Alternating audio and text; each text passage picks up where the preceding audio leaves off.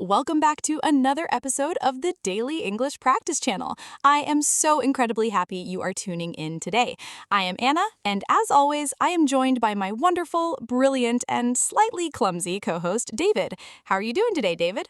Hey there, Anna, and hello to our amazing listeners all around the world. I am doing fantastic, thank you for asking, although I must object to the word clumsy, Anna. I haven't spilled my coffee once today, not even a single drop. That is a major victory for me, a massive win. Oh, wow, a massive win indeed. Let's all clap for David, everyone. No coffee spills today. But the day is still young, David. The day is still young. Don't speak too soon. You know what? That is a great phrase right there. Don't speak too soon. Let's pause and look at that for our listeners. Listeners, when Anna says don't speak too soon, she means don't be too confident about something that is happening right now because things could change in the future. It's a fantastic expression. Don't speak too soon. Exactly. See, you are brilliant, David. You catch these teaching moments so fast. And speaking of things that happen now or in the future, that brings us right into our big topic for today. Today, we are diving deep into a classic, super common topic that trips up so many English learners. We are talking about will versus going to. Ah, yes, the ultimate battle, will versus going to. They both look to the future, they both talk about what lies ahead, but they are used in completely different situations. It's a total grammar showdown. It trips people up all the time. When we say it trips people up, listeners, it means it confuses people. It makes them make mistakes. It's a stumbling block. Yes, it really is a stumbling block. But don't worry, friends, because by the end of this episode, you are going to master this. You'll feel so confident you'll be using them naturally without even thinking about it. So, David, let's start with the basics. Let's break it down. When do we use will and when do we use going to?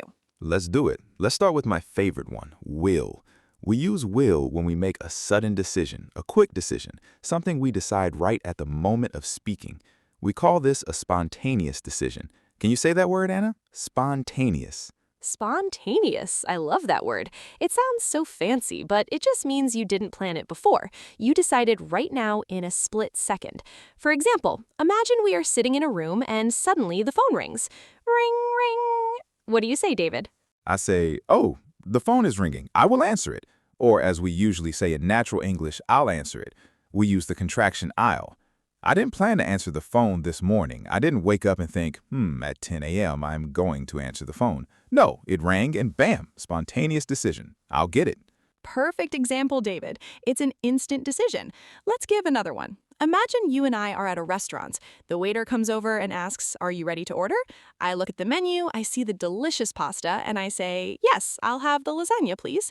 I made that choice right then and there. I'll have the lasagna. Yum, lasagna. Now I'm hungry, Anna. Thanks a lot. But yes, that is exactly it. You decide at the moment of speaking. You use will or I'll. Now, let's contrast that with going to. We use going to when we talk about plans, plans that we made before the moment of speaking, prior plans, intentions. Yes, plans and intentions. This means you already thought about it. You made a decision in the past, and now you're just stating your plan. For example, if someone asks me, "Anna, what are your plans for the weekend?"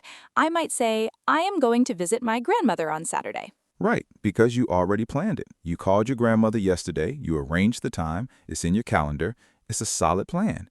You wouldn't say, I will visit my grandmother on Saturday in that context, because that would sound like you just decided this very second while talking to me. Exactly. If I said I will visit my grandmother, it would sound like, "Oh, you reminded me I should do that. I'll go see her this weekend." But since it's a pre-made plan, "I'm going to visit her" is the correct natural choice. Let's do a mini role play right now to show our listeners the difference clearly. Listeners, pay close attention to how we switch between will and going to based on whether it's a sudden decision or a pre-made plan. Anna, you start. All right, let's do it. Hey, David, are you free tonight? Do you want to watch a movie? Oh, I can't tonight, Anna. I'm going to clean my apartment. I promised myself I would do it this week, and tonight is the night.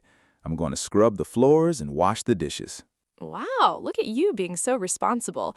But wait, I just remembered the weather report said it's going to be incredibly hot tonight. Are you sure you want to clean? Oh, really? It's going to be hot? Man, I hate cleaning when it's hot. You know what? Change of plans. I'll watch the movie with you instead. The apartment can wait. Yay! Awesome! And scene. That was a perfect role play, David. Let's analyze what happened there for our listeners. First, David said, I'm going to clean my apartment. Why? Because it was his plan. He decided it before our conversation. Yes, it was my intended plan, but then Anna gave me some new information. She told me it was going to be hot. So right at that exact moment, I changed my mind. I made a spontaneous decision. I said, I'll watch the movie with you. See the shift? Plan equals going to. Sudden decision equals will. It's beautiful how that works. It's so logical once you see it in action. Let's repeat that for emphasis, because repetition is the key to learning. Listeners, say it with us in your minds. Sudden decision, use will. Pre-made plan, use going to. Sudden decision, will. Pre-made plan, going to. Beautiful. Now, Anna, let's talk about the second major usage for these two forms, predictions. Oh, predictions are so interesting because sometimes you can use both, but there is a catch. There's a subtle difference. Ooh, a catch. We love a good grammar catch. Tell us about it, David. Well, when we make predictions based on what we think, what we believe, or our general opinion, we usually use will. We often use it with phrases like I think, or I believe, or I hope. For example, I think it will rain tomorrow, or I hope our listeners will enjoy this episode. Right, that's just an opinion or a guess about the future. But what happens if we have physical evidence? What if we can see the evidence right in front of our eyes, right now? Ah, if you have present evidence, if you can see it or feel it, you must use going to. For example, if I look up at the sky and see massive, dark, heavy black clouds, I don't say, I think it will rain. I say, look at those clouds. It's going to rain. The evidence is right there. That is such a crucial point, David. Present evidence means we use going to. Let's give another funny example. Imagine David is walking down the street and he's looking at his phone. He's not paying attention at all. And right in front of him is a giant lamppost. I see this happening. What do I shout? Do I say, David, you will walk into that post? Please don't say that because by the time you finish the sentence, I'll already have a bump on my head. Exactly. I see the evidence. He's moving toward the post, looking down. The crash is imminent. So I shout, David, watch out. You are going to walk into that post. Present evidence leading to a future result equals going to. Thank goodness you warned me in this imaginary scenario, Anna. My forehead thanks you. So, let's recap predictions. General opinion or guess, use will. Clear physical evidence in the present moment, use going to. Let's practice that. I'm going to give you a scenario, David, and you tell me which one sounds more natural. Ready? I am born ready, Anna. Hit me with it. Okay, scenario number 1. A football team is playing a match. There are only 2 minutes left in the game, and they are losing by 5 goals. It is mathematically impossible for them to catch up.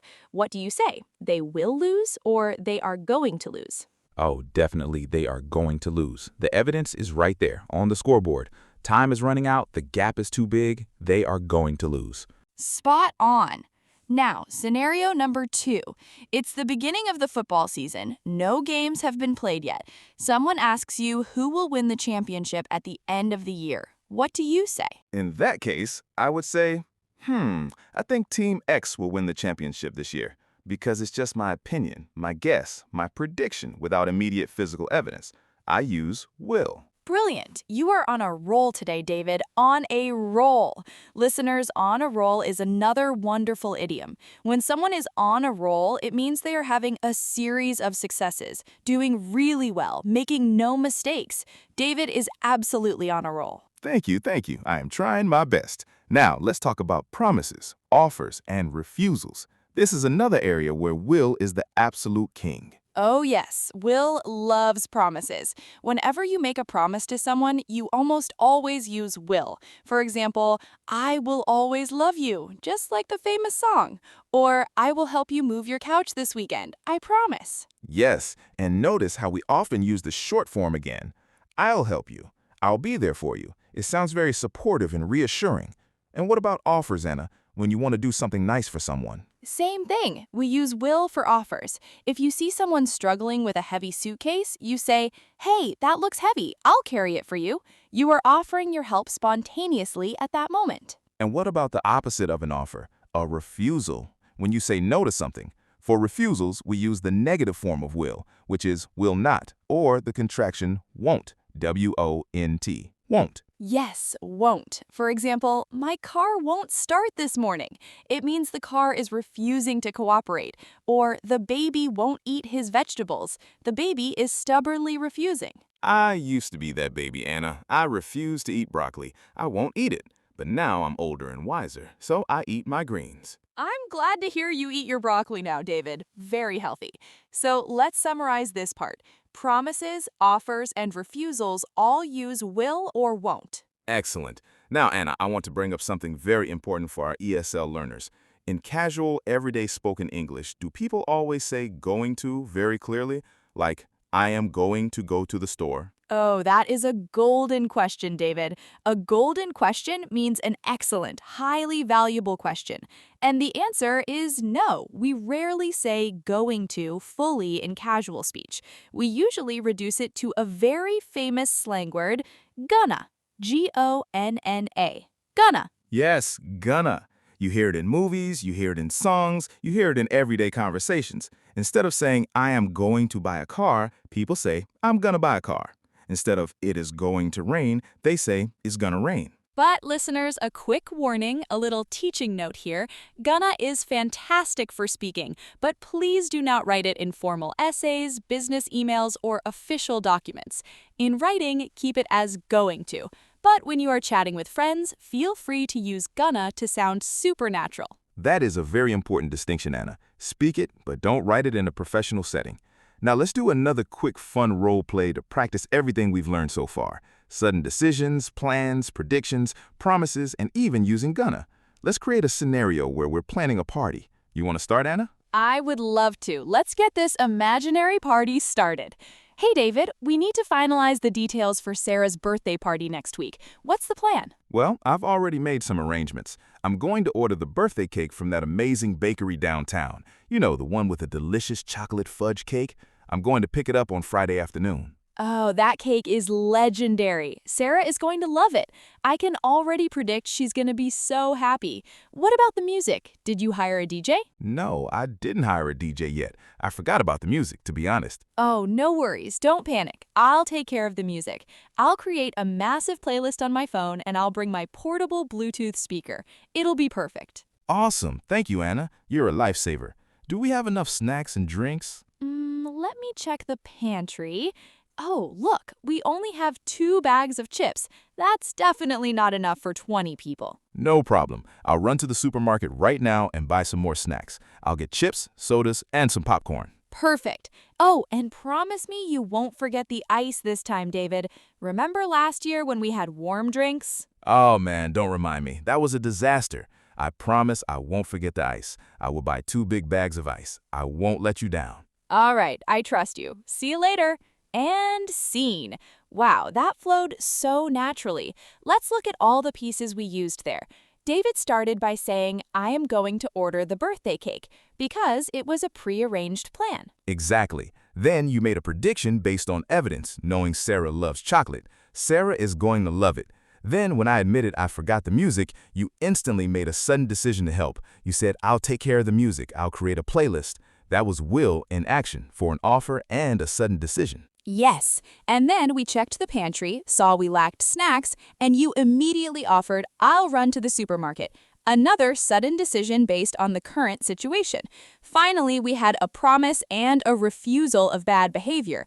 I promise I won't forget the ice. I will buy 2 bags. It's amazing how much grammar we use naturally without even realizing it. And that's the goal for you, our lovely listeners. We want you to practice this so much that it becomes second nature to you.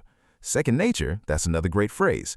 When something becomes second nature, it means you do it automatically, perfectly, without having to stop and think about the rules. Yes, we want English grammar to become second nature to all of you. Now, before we move to our review section, let's look at one tiny detail that sometimes confuses people. What about timelines? Sometimes people think will is for the distant future and going to is for the near future. Is that true, David? That is a very common myth, a big misconception. People often think if something is happening in 5 minutes, they must use going to, and if it's happening in 10 years, they must use will. But that is actually incorrect. The time distance doesn't matter. What matters is the structure of the decision or the presence of evidence. Right. For example, I can say in the year 2050, scientists are going to build a city on Mars. Why can I use going to for something so far away? Because it's a current active plan that space agencies are working on right now. It's an intention. Exactly. And similarly, I can use will for something happening in 2 seconds. Like we said earlier, the phone rings and I say, I'll get it. That's happening immediately, but I use will because it's a spontaneous choice. So listeners, please throw away the idea that will is for the far future and going to is for the near future. Focus on plans versus sudden decisions. Such a good myth-busting moment right there, David. Myth busted. Now, let's move into our review section. This is the part of the show where we wrap everything up and make sure the core concepts are locked into your brains. David, let's do a rapid-fire quiz for each other and for the listeners. Oh, I love quizzes. Let's do it. Listeners, try to answer in your head before I give the answer. Anna, give me the first sentence with a blank. Okay, here we go. Sentence number 1. Look out, that ladder, blank, fall. The options are is going to or will. What's the answer? The answer is going to. Look out, that ladder is going to fall. Why? Because I can see the ladder wobbling. There's clear present evidence that danger is coming. Correct. 1 point for David. Here is sentence number 2.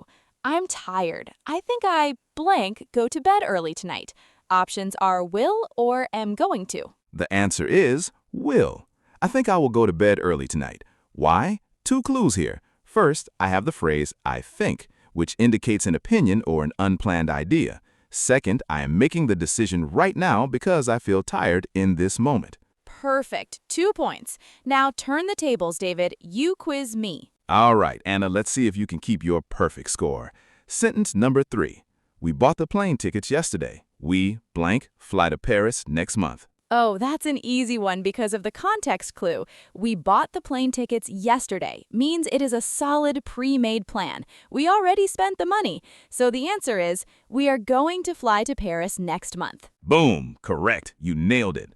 Nailed it, listeners, means you did it perfectly. Hit the nail right on the head. Okay, final quiz sentence for Anna and our listeners. Sentence number 4. Don't worry about the mess, Mom. I promise I blink clean my room later. The magic word there is promise, and as we established, will is the absolute king of promises. So the answer is, I promise I will clean my room later, or I'll clean my room later. Absolutely perfect. A perfect score for Anna, and I am sure a perfect score for all our brilliant listeners at home, in the car, or at the gym. You all did amazing today. You really did. Learning grammar isn't about memorizing dry rules from an old textbook.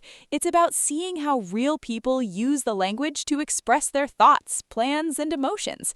You are all doing an incredible job by investing this time in your education.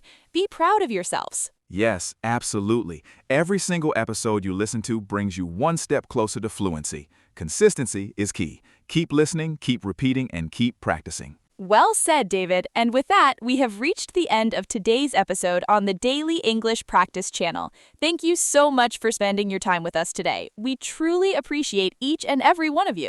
Yes, thank you so much, everyone. Don't forget to practice what you learned today. Try making your own sentences using will for a sudden decision and going to for your weekend plans. You can do it. Goodbye, everyone. Have a beautiful, wonderful day, and we will see you in the next episode. Bye-bye, friends. Keep practicing and stay positive.